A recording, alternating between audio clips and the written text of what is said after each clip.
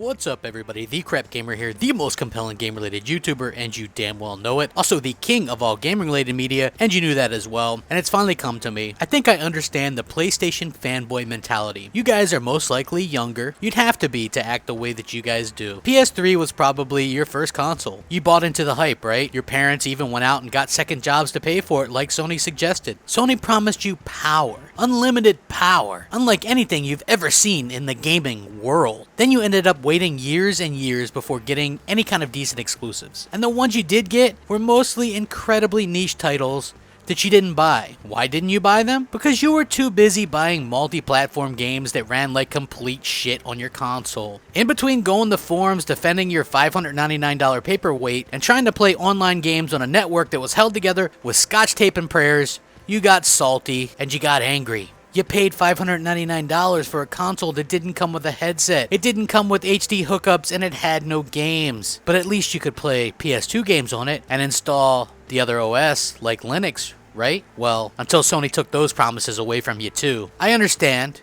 I do. I really do. You were fooled. We've all been there. You were promised all games at 1080p and 120 frames per second on the PS3. You were told Rumble in a controller was last gen and that you didn't need it. That's not a joke, folks. Sony really said this. You were promised the world, but at the end of the day, you got had. You got suckered. You were chumps. You were stuck looking at the same dashboard since the day the PS3 launched. It took 3 years of being on the market for every game to have mandatory trophy support. You never got party chat or a feedback system for your online, and the in-game voice chat sounded worse than stoner teenagers taking your order at McDonald's. How can that be? One of the few bright spots with the PlayStation 3 was PlayStation Plus, which was a value, I admit. You got to rent some pretty cool games, and you assumed all the money put into that service would make the next iteration even better, right? I mean, after the PSN hack, where PlayStation Network went down for over a month, you figured Sony wouldn't do the same mistakes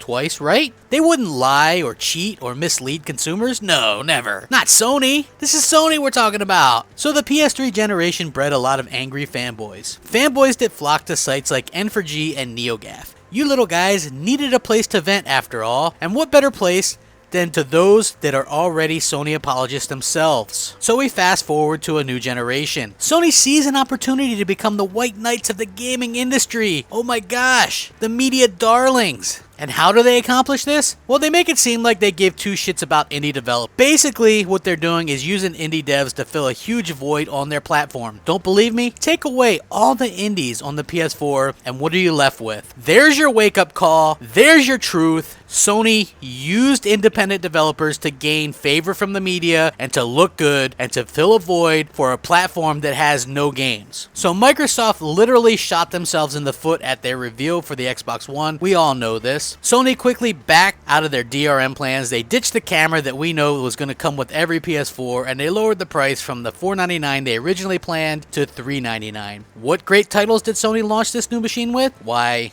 Knack and Killzone Shadowfall. Yes, I can completely see why Sony fans are so angry. I'd be angry if I bought into the hype at launch and I was stuck playing those two piles of heaping stinky trash. Once again, you were told 1080p and 60 frames per second would be the standard, yet Killzone Shadowfall was 720p online, and somehow all you gamers with 20/20 vision couldn't notice, but yet you did notice Rise Son of Rome at 900p, right? The anger continued to set in. It did. Come to find out, all that money you put into PlayStation Plus didn't go back into the network at all. Nope, didn't. And Sony has said repeatedly that they aren't doing AAA exclusives the way they used to. The anger continues to grow. You have a console with basically the same user interface as the PS3. You have a stupid light bar on your controller that drains your battery like no other and for no reason. Basically meaning you need to buy a second controller and constantly have one charging at all times if you ever actually want to play. Now, not only do you have the same online network as the PS3, you're forced to pay for the right to play online. You know, the thing you used to bitch about, us Xbox 360 owners. Nah,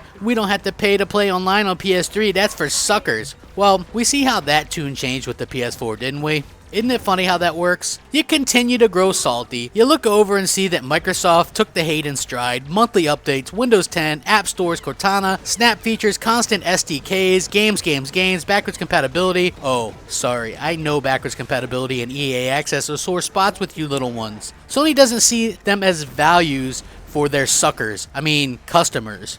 They'd rather you rent games you already own, and stream them. Because we live in a world where that makes sense, right? Again, your anger rises. You sit through 3 straight E3 conferences that focus on indies, multi-platform games, free-to-play games, movies, apps, television shows, and other things of entertainment. You look over and you see 3 straight Microsoft conferences with games. And that anger, it's still growing. You see killer games like Forza Horizon 2, Sunset Overdrive, Halo 5, Crackdown, Scalebound, Quantum Break, Killer Instinct, Titanfall, Gears of War 4, Halo 5 announced, and your anger continues to grow. You once again were fooled into believing you'd get something on the PS4 worthwhile in the first 3 years, but again, you were lied to. You were quite literally told to wait for greatness. You look over and see exclusives, a great online network, a beastly controller, a company that interacts and implements what we as gamers ask for, while you see a company in Sony that has grown so complacent they aren't even going to bother with a Gamescom conference. A company that releases updates, and then they need to release updates to fix those original updates. Your anger continues to grow, and I understand why. Hell, you see Microsoft put full efforts into remaking classic games like Halo 2 Anniversary, Gears Ultimate, and Sony can't be bothered to do anything other than upscale their games and call them quote-unquote remasters and sell them to you for between $40 and $60 a pop. The key franchises you love from Sony: Uncharted, God of War, Gran Turismo, Jak and Daxter, Sly Cooper, Resistance, SOCOM, nowhere to be found.